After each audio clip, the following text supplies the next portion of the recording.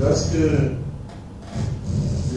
10 avril dernier, le professeur Joseph Diop-Benoît était notre invité, dans mon discours d'ouverture, j'ai interpellé les journalistes, j'ai interpellé la presse, en m'inspirant de ce que le pape François disait aux journalistes. Il disait aux journalistes d'être des artisans de la vérité. Et être artisan de la vérité, c'est vraiment construire la vérité comme un art. Entretenir la vérité. Entretenir l'information. C'est très important, cela. Et je le rappelle encore ce soir aux journalistes, aux communicateurs. Rien ne vaut la vérité. Rien ne vaut une prise de parole sincère, claire, et qui édifie. Parce que celui qui porte la parole a fait déjà un certain effort. Et vous savez qu'il est aujourd'hui rare de parler. Beaucoup se taisent parce qu'ils ont peur que leur parole soit déformée. Et donc, c'est à juste titre que des gens se taisent, parce que nous dévoyons ce qu'ils ont voulu exprimer. Je crois qu'il est important que nous puissions rappeler ce soir ce que le pape François disait aux journalistes.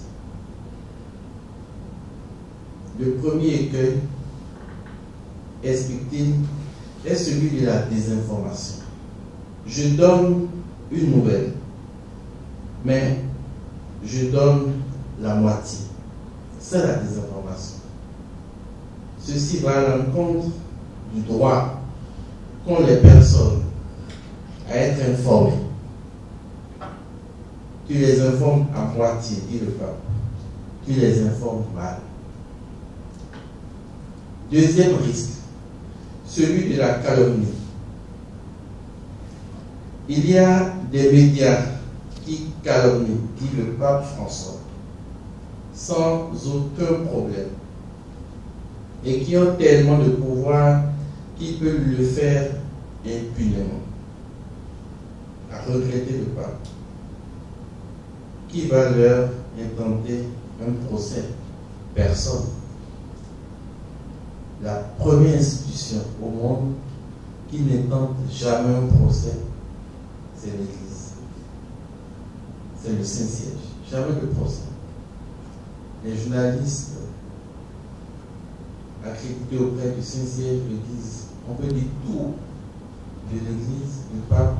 L'Église n'intente jamais un procès. Mais ce n'est pas pour ça qu'il faut dormir et se réveiller dans la désinformation, dans la diffamation.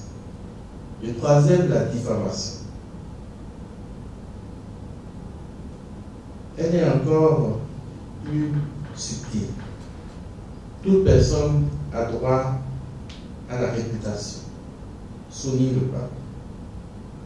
Tu as commis une erreur il y a 20 ans et que tu as payé ta dette et ta peine. Alors, tu es une personne libre et sans tâche. On ne peut ressortir dans les médias une histoire passée et déjà payée, dit le pape François.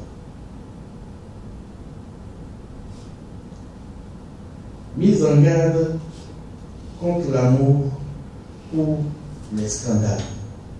La presse aime les scandales, les titres scandaleux, les manchettes scandaleuses. Enfin, dit le pape, dernière tentation du journaliste,